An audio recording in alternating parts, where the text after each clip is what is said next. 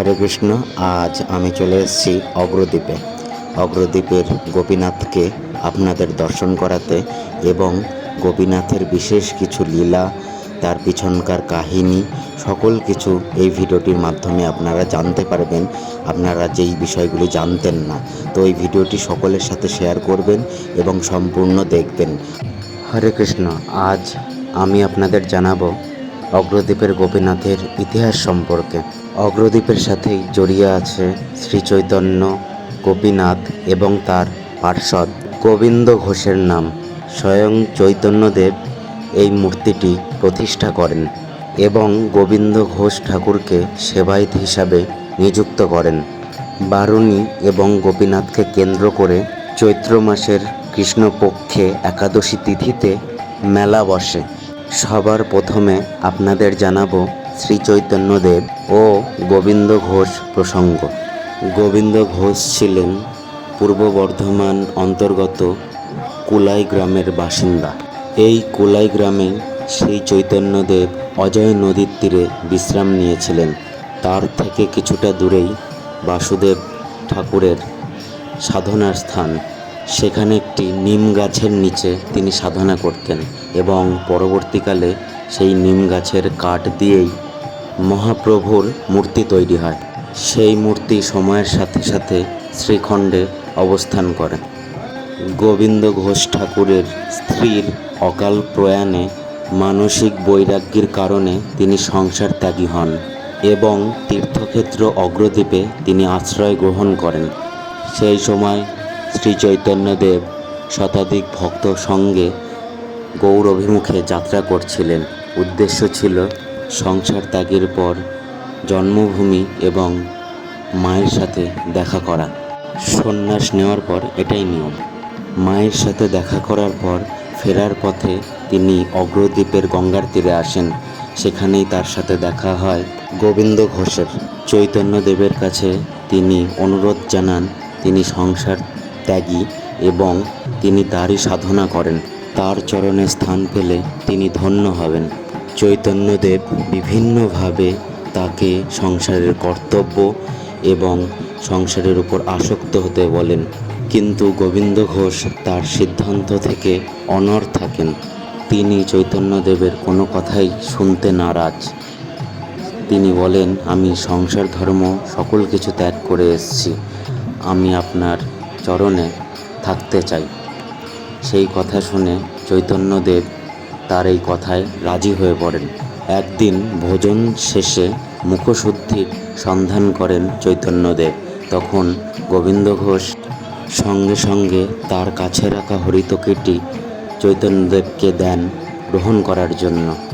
তখন তাৎক্ষণিকভাবে চৈতন্যদেব জিজ্ঞাসা করেন, বলার সঙ্গে সঙ্গে হরিতকি কোথা থেকে পেলে তুমি? গোবিন্দ ঘোষ জানান, মুখশুদ্ধি তার সঙ্গেই ছিল। চৈতন্যদেব কিঞ্চিত হেসে বলেন, গোবিন্দ, তোমার ভক্তির সামগ্রী আমি আনন্দে গ্রহণ করলাম, কিন্তু তুমি আজ থেকে আমার সঙ্গ লাভের যোগ্যতা হারালে। তোমার বিষয় বাসনা এখনও দূর হয়নি, তুমি এখনই আমাদের সঙ্গ পরিত্যাগ করো। তোমার বিষয় বাসনা দূর হলে তারপরেই আমার সঙ্গ পাবে, তার আগে নয়। তাই তুমি এখন অগ্রদ্বীপেই থাকো। তাকে এমন শাস্তি না দেওয়ার কাতর অনুরোধ জানায় গোবিন্দ ঘোষ। অনেক কাকতি মিনতিতেও টলানো যায়নি চৈতন্যদেবকে। অবশ্য গোবিন্দ ঘোষ নির্দিষ্ট সময় চৈতন্যদেবের সাক্ষাৎ পাবে সেটি তিনি জানান এবং সময় হলে চৈতন্যদেব গোবিন্দ ঘোষকে দিয়ে ঠিক সময় একটি কাজ করাবেন সেটিও তিনি জানান। সেই মতো গোবিন্দ ঘোষ চৈতন্য ভক্ত হয়ে অগ্রদ্বীপেই থেকে যান। গোবিন্দ ঘোষ যেভাবে পেয়েছিলেন গোপীনাথকে, গোবিন্দ ঘোষ প্রতি সকালেই গঙ্গা স্নানে যেতেন।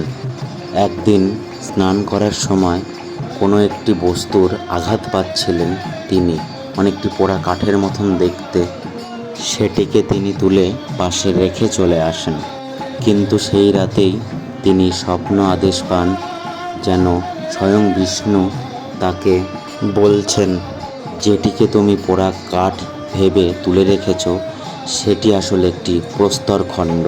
সেটিকে তুলে নিয়ে গিয়ে কুঠিরে যত্ন করে রেখো। মহাপ্রভু তোমার কাছে আসছেন, তাকে সেটি দেখিও। সেই মতো সেই রাতেই তিনি প্রস্তরখণ্ডটিকে গঙ্গার ধার থেকে তুলে নিয়ে এসে কুটিরে রাখেন এবং পরের দিন নিয়ম মতো ভিক্ষাপাত্র নিয়ে ভিক্ষা করতে বেরিয়ে পড়েন। ভিক্ষা করে ফিরে আসার পর তিনি কুঠিরের সামনে স্বয়ং চৈতন্যদেবকে দেখতে পান।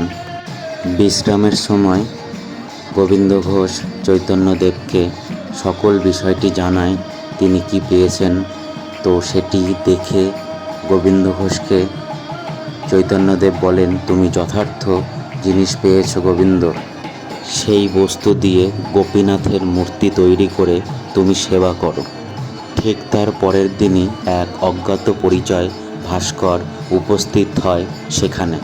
চৈতন্যদেব প্রস্তরটিকে খোদাই করে গোপীনাথের মূর্তি তৈরি করে দেওয়ার কথা বলেন এবং সেই ভাস্কর চৈতন্যদেবের কথা মতো খুব সুন্দর একটি মূর্তি তৈরি করেন গোপীনাথের। সেই মূর্তি হলো অগ্রদ্বীপের গোপীনাথ। চৈতন্যদেব নিজে সেই মূর্তি প্রতিষ্ঠা করেন এবং গোবিন্দ ঘোষকে দায়িত্ব দেয় এই মূর্তির সেবায়েত হিসাবে। এই কারণেই গোবিন্দ ঘোষের পরিচয় হয় সকলের কাছে ঘোষ ঠাকুর হিসাবে। এর পরের প্রসঙ্গ যেটা আপনাদের জানাবো, গোপীনাথ কেন গোবিন্দ ঘোষের শ্রাদ্ধ করেন। চৈতন্যদেবের কথা মতো গোবিন্দ ঘোষ সাংসারিক হয় এবং তার একটি পুত্র সন্তান হয়। পুত্রের শৈশব অবস্থাতেই তার স্ত্রী প্রয়াত হয় এবং শিশুপুত্রের প্রতিপালনের দায়িত্ব এসে পড়ে গোবিন্দ ঘোষের ওপরে। স্নেহ ভালোবাসায় তিনি পুত্র আর গোপীনাথকে একই মনে করতেন। কখনো পুত্রকে গোপীনাথ বা গোপীনাথকে পুত্র বলে জ্ঞান করতেন। কিন্তু শৈশবের অবস্থাতেই গোবিন্দ ঘোষের পুত্রের জীবনের অবসান ঘটে। তখন তিনি পুত্র শোকে অভিমানে গোপীনাথের সেবা বন্ধ করে দেন এবং নিজেও অভুক্ত থেকে আত্মবলিদান দেবেন বলে ঠিক করেন। জনশ্রুতি বলেন যে দিনের পর দিন অভুক্ত থাকার কারণে তিনি প্রচুর দুর্বল হয়ে পড়েন। গোপীনাথ বলেন, দুই পুত্রের মধ্যে এক পুত্র মারা গেলে কোনো পিতা কি আর এক পুত্রকে না খাইয়ে মেরে ফেলতে পারে? গোপীনাথ বলেন তিনি তার আর এক পুত্র। গোবিন্দ ঘোষ বলেন, আমার এক পুত্র মারা গিয়েছে, আমি মারা যাওয়ার পরে আমার শ্রাদ্ধানুষ্ঠান কে করবে? তখন গোপীনাথ বলেন তিনিই করবেন। এই কথা শুনে তার চেতনা ফিরে আসে এবং সে পুনরায় গোপীনাথের সেবায় নিযুক্ত হন। এইভাবেই সেবার মধ্যে দিয়ে সময় অতিক্রম হতে থাকে এবং গোবিন্দ ঘোষ বৃদ্ধ হন আর তার সময়কাল এগিয়ে আসে। তারপর তিনি দেহত্যাগ করেন। কিছুদিনের মধ্যেই চৈত্র মাসের কৃষ্ণা একাদশীতে তিনি তার দেহত্যাগ করেন। গোপীনাথ গোবিন্দ ঘোষকে কথা দিয়েছিলেন তিনি তার শ্রাদ্ধ করবেন। সেই মতেই গোপীনাথ শ্রাদ্ধ করেন পিতারূপী গোবিন্দ ঘোষের। সেই রীতি মেনেই চৈত্র মাসের কৃষ্ণা একাদশীতে অগ্রদ্বীপের গোপীনাথ সাদা থান ও কুশাঙ্গরীয় পরেন। সেই দিন তিনি অবস্থান করেন মূল মন্দিরে এবং শ্রাদ্ধকর্তা হিসাবে তিনি গোবিন্দ ঘোষের সমাধিস্থলে যান।